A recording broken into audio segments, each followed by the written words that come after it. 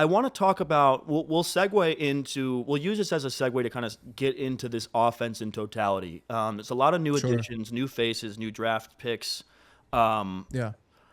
but it feels like when we were doing this process, the more things change, the more they stay the same, right? And it's Mm-hmm. what's so interesting about these teams is you focus on the draft picks, the free agent picks, and it's like, Yeah. ain't this season really about Joe Burrow and Jamar Chase at the end of the day? Ain't that 100% it really what is. it's Yep. really about? A Um, 100% is, man. you had a 100%. take. You had a take because we like to do like a pre-production. We kind of like Yeah. we share our findings. It's like a discovery type of thing. Um, Yeah. and you had a take that was I feel like bothered me when you first said it, Yeah. and You're because like, that's not true. yeah, but It's not true. That's impossible. Search your feelings. You know it to be true. No! but you made Is a it really is it not true? no.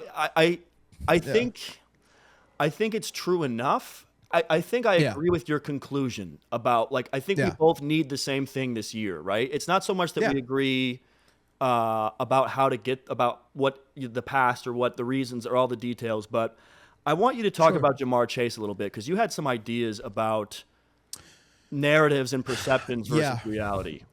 Yes. So it's kind of like if you watched our Bears video, at the end of that Bears video, you say to the audience, you say, I really wanted to be excited about this team, but you guys keep telling me they're contenders. And so I have to look at them through like the pinhole of a contender. You know what I mean?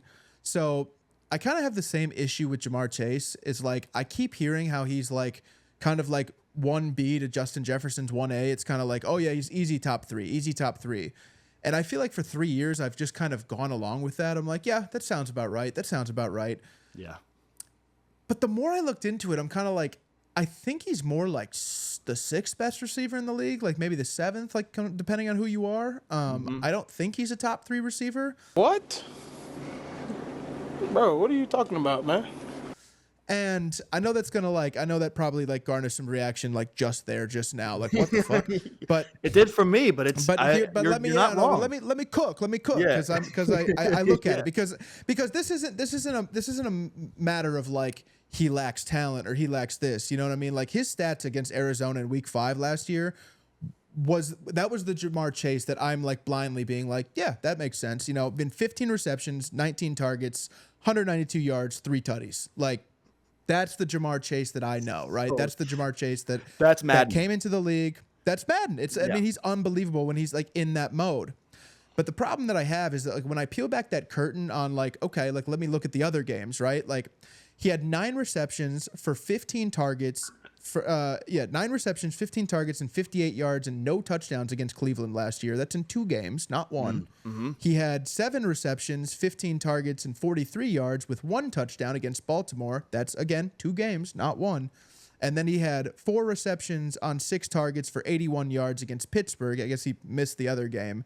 But 31 of those 81 yards came on 1 single pass. So when I kind of look at it, I'm like, okay, why is it that you struggle within the division? Like that, I can't have that. You know what I mean? Like I love that you went off for 192 yards and 3 touchdowns against Arizona, but frankly, that doesn't matter when you play in the AFC North.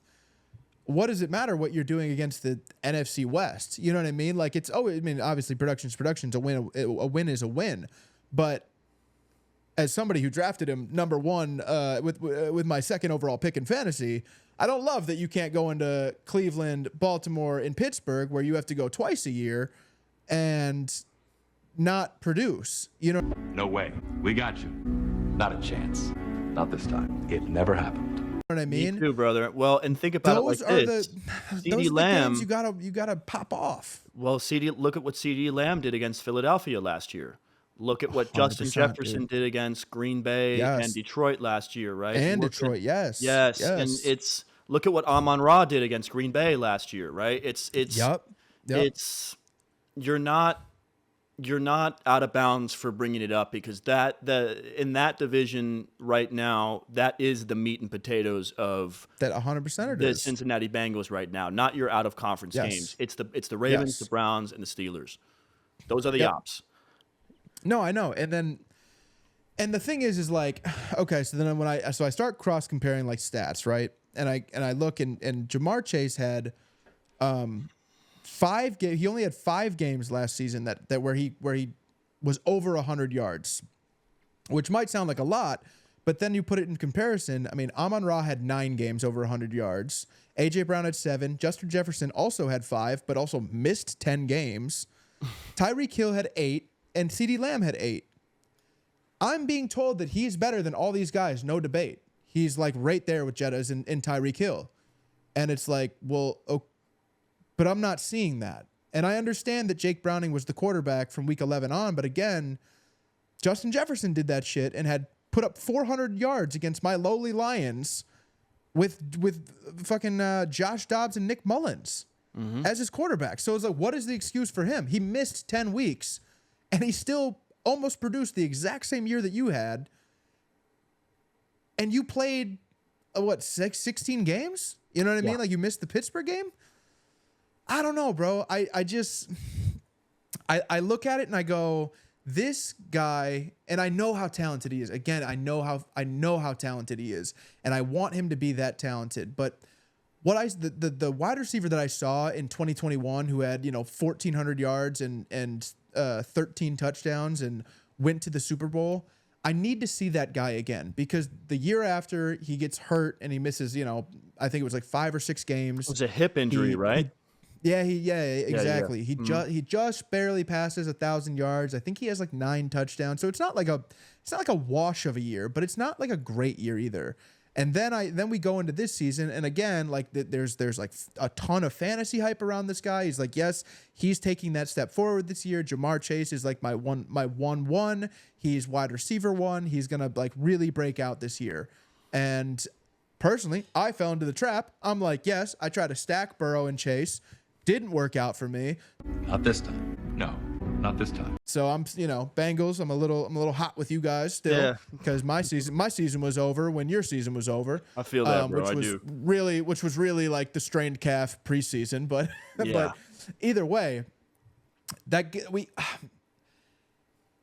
as like people who are in the media, if you will, I can't continue living off of what was in 2021. That was a long time ago, football-wise. I need to see that similar production again this year before I have to start like really pushing this narrative and being like, yeah, he's kind of overrated. I'm not saying he's overrated yet. I'm saying he needs to be more consistent, because I see an unbelievable Hall of Fame first ballot player in there. But I haven't seen it consistently enough the last 2 seasons, and I need to see it again this upcoming season. Yep. That's my rant. Yeah, and I think it's a really interesting point, because we've made other guys earn it. 100% we have. You anybody who knows me, on a personal level knows that like CeeDee Lamb is my favorite player in football. Yeah. And for the last 3 years, I've been beating the drum like, this is the next superstar. This is the next superstar. This is the next superstar. And I've been dismissed by a lot of people as like, whatever, like, oh, you're just glazing, like, oh, you just liked him at Oklahoma. Chase. Yeah. It's like, and what's interesting is last year he was the wide receiver 1 overall in football statistically last season. And just now everyone's coming around and being like, hey, dude, did you know that CeeDee Lamb is like really good? And it's like, yeah, no, I did.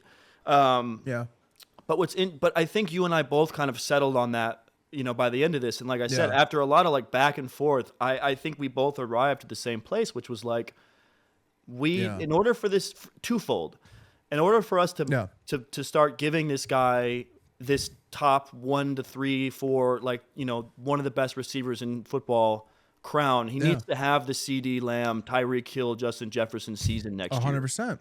100% he does. But it's also and one more thing. Yeah. Well, one more thing real quick, because it just popped back into my head. Like, I know there's going to be pushback on like, oh, he only had only 5 games over 100 yards. It's like, yeah, well, he had 7 that were under 50. Garbage day! Huh? No!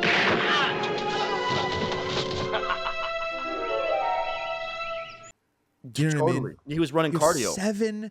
7 games under 50 yards. That's completely unacceptable for a wide receiver 1. Yep. Like, you show me another guy on that list that I named who has 7 games. Show me 5 games under 50 yards. No, you can't. But then show me 7. You know what I mean? Show me 7 Amon-Ra games or Tyreek Hill games, or I mean, fuck, even Justin Jefferson games. He didn't play for a majority of the year, and his quarterback died in week 4. Well, the Cardinals game stands out. The Rams 100%. game in week Yep. 2, I believe, stands 2, out. yeah. 3 maybe. The Jacksonville Jaguars game. I don't know, like week 192 13 yards or so. Yeah. Yep. But it's almost like you can count on one hand the number of games where you felt like he looked like the guy. It was those 3 games. Yeah. It was those 3 games. Yeah. And Frankly, when you talk about one of those 100-yard games was 101 yards. right. So you know what I mean? It's not like he's not doing 192 like he did against Arizona. It's like you barely cracked it. Yeah, You which as barely a cracked receiver is like as a number 1 receiver, that's sort of like that's like that fits the bill for like what you're expected to do weekly. Yeah. Half of your season needs to be like over 100 yards. It's interesting. Especially when you're with the contracts, the way they're going, because the reality is right, like Justin Jefferson is going to break the market. That's what's going to happen. Somebody's going to give Justin Jefferson $40 million a year, which then sets the market for Jamar Chase and CeeDee Lamb. You know what I mean? Like, those guys are still sitting in the shadows waiting for their contracts, knowing that, like, okay, Jetta's got $40 million. I need $42 million. Life like this sure is sweet, huh? It definitely is.